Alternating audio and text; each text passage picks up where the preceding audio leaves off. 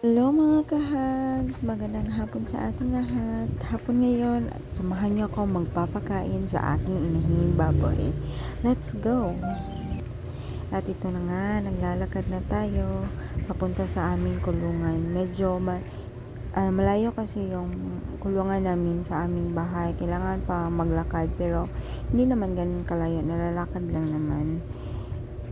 Yan, dito daan tayo, madadaanan pa tayong mga bahay at meron ding mga chicken dito na inaalagaan sila. Chicken, kambing, maraming mga hayop silang alaga. And ito, may madadaanan dito tayo ngayon na babuyan rin, babuyan ng aming kapitbahay. May mga din sila, napipiglet production sila. Meron siyang dalawang sow, tapos dalawang goat.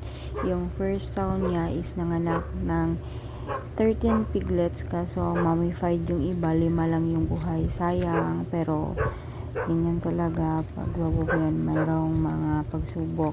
Hindi kasi po siya nakapag-vaccine ng para sa parvo po, kasi hindi niya po alam. Then nagsuggest ako na mag-inject siya para wala na mummified sa susunod. So, ito na po, nandito na tayo sa kulungan. Ayan, kukuha tayo ng pagkain. Kasi tingnan ko na yung pagkain niya. Malinis naman. So, kukuha ako ng pagkain para makakain na siya at makalinis na rin ako sa kanyang kulungan. So, ang pinapakain ko namin sa kanya is gestating na, mama developer ng Pigurlac. Pigurlac, baka naman.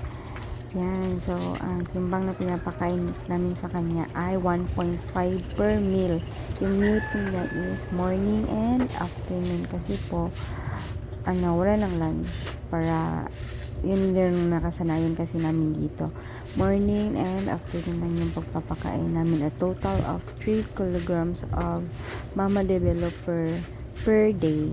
Yun na po yung kinakain niya to sustain na po yung needs ng mga biik sa loob, kasi habang lumalaki, lumalaki din yung consumption nila. 1.5 sa morning, then 1.5 din sa hapon. Yan, enjoy mama pig sa pagkain mo dyan.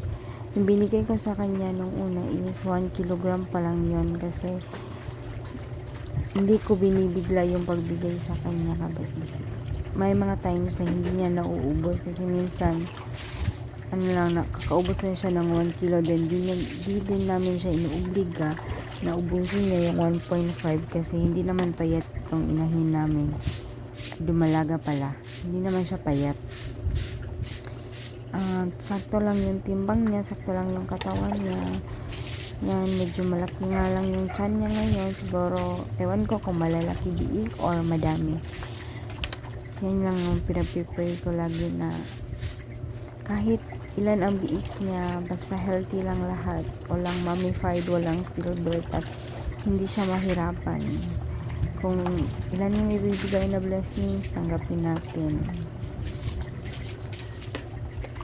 Yan, pakain-kain lang, patingin-tingin. Ito minahin namin, sobrang bait nito. Wala kaming naging problema sa kanya. Pagbulog, ang bilis-bilis niya nabulugan.